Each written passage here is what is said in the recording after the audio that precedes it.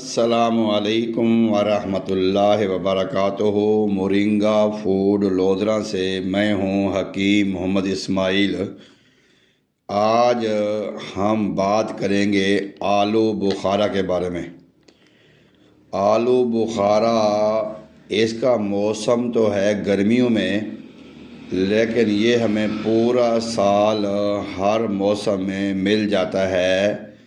وہ جو اس کو ہم کر لیتے ہیں محفوظ، یعنی ڈرائی، جیسے املی، آلو بخارا، یہ مختلف مثالوں میں بھی استعمال کیا جاتا ہے، مختلف ادویات میں بھی استعمال کیا جاتا ہے، اور ڈرائی فروٹ، فریش فروٹ کے ذریعے بھی استعمال کیا جاتا ہے۔ آلو بخارا دو قسم کا ہوتا ہے، ایک ہوتا ہے سیاہ، ایک ہوتا ہے سرخ۔ اور اطباء حکمہ کہتے ہیں جو سیاہ ہے اس کی پاور، طاقت، انرجی زیادہ ہوتی ہے بنسبت ریڈ کے۔ اگر آپ کو فریش آلو بخارا میسر ہے تو آپ 3 سے 4 آلو بخارے کو روزانہ اگر آپ کھاتے ہیں تو آپ کو ہر قسم کی انرجی میسر ہوگی۔ آلو بخارا ایک مشہور پھل ہے، اس کو انگریزی میں کہتے ہیں پرونز سیاہ اور پرونز ریڈ کے نام پہ 2 آلو بخارے آتے ہیں، اور یہ بہت مشہور فروٹ ہے۔ آلو بخارے کا اگر ہم بات کرتے ہیں اس کے مزاج کی، تو سرد تر اس کا مزاج ہے، یعنی کہ ٹھنڈا بھی ہے اور تر بھی ہے، یعنی کہ گرمی بھی ختم کرتا ہے اور خشکی بھی ختم کرتا ہے۔ اور جب ہم بات کرتے ہیں اس کے فوائد کی، تو اس کے فوائد میں یہ ہے کہ یہ جگر کی حرارت کو تسکین دیتا ہے، پیاس کی شدت کو کم کرتا ہے، بلڈ پریشر کا خاتمہ کرتا ہے، قبض گیس کو ختم کرتا ہے، خشکی کا خاتمہ کرتا ہے، اور جو پیٹ کی جتنی بھی بیماریاں ہیں اس میں اس کو میڈیسن کے طور پہ استعمال کیا جاتا ہے۔ اب بعض اوقات ہمارے درد ہو جاتا ہے سر میں، پیٹ میں، جو کہ گرمی کی وجہ سے ہوتا ہے، بلڈ پریشر کی وجہ سے ہوتا ہے، اس میں بھی آلو بخارے کو بہترین میڈیسن کے طور پہ استعمال کیا جاتا ہے۔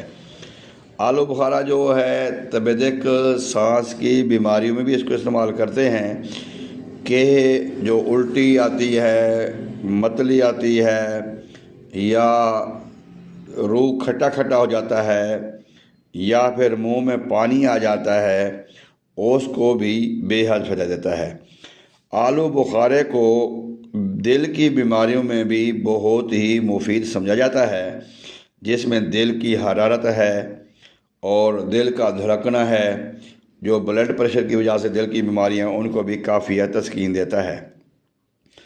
آلو بخارا میں جو کیمیائی تجزیات سے جو پتہ چلا ہے کہ آلو بخارا میں تقریباً کیلشیم، فاسفورس بہت ہی زیادہ مقدار میں پائے جاتے ہیں۔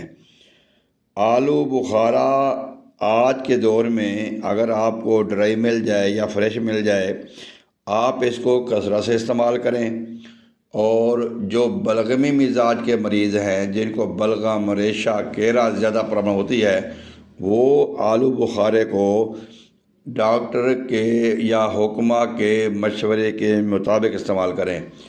آخر پہ میں آپ کو اس کے کھانے کے بہترین طریقے بتاتا ہوں کہ آلو بخارا فریش مل جائے، تازہ مل جائے، تو آپ روزانہ خالی پیٹ آلو بخارے کو 3 سے 4 دانے لازمی کھائیں۔ اگر فریش نہیں ملتا، ڈرائی ملتا ہے، پورا سال مل جاتا ہے، وہ آپ املی اور آلو بخارا ہم وزن لے لیں 100 گرام۔ آپ اس آلو بخارے کو تقریباً 2 کلو یا 3 کلو پانی میں بھگو کر رکھ دیں، اور روزانہ صبح کو، شام کو آپ اس میں سے 1 گلاس پانی کا نکالیں، اور وہ اس میں آپ شکر یا چینی ڈال کر پی سکتے ہیں۔ اگر آپ پھر جو پانی آپ اس میں نکالیں گے 4 کلو پانی میں سے، اس کی جگہ آپ اور پانی بھی اس کے اندر ڈال سکتے ہیں، تو آلو بخارا بے شمار خصوصیات کا حامل ہے، بے شمار اس میں خصوصیات موجود ہیں۔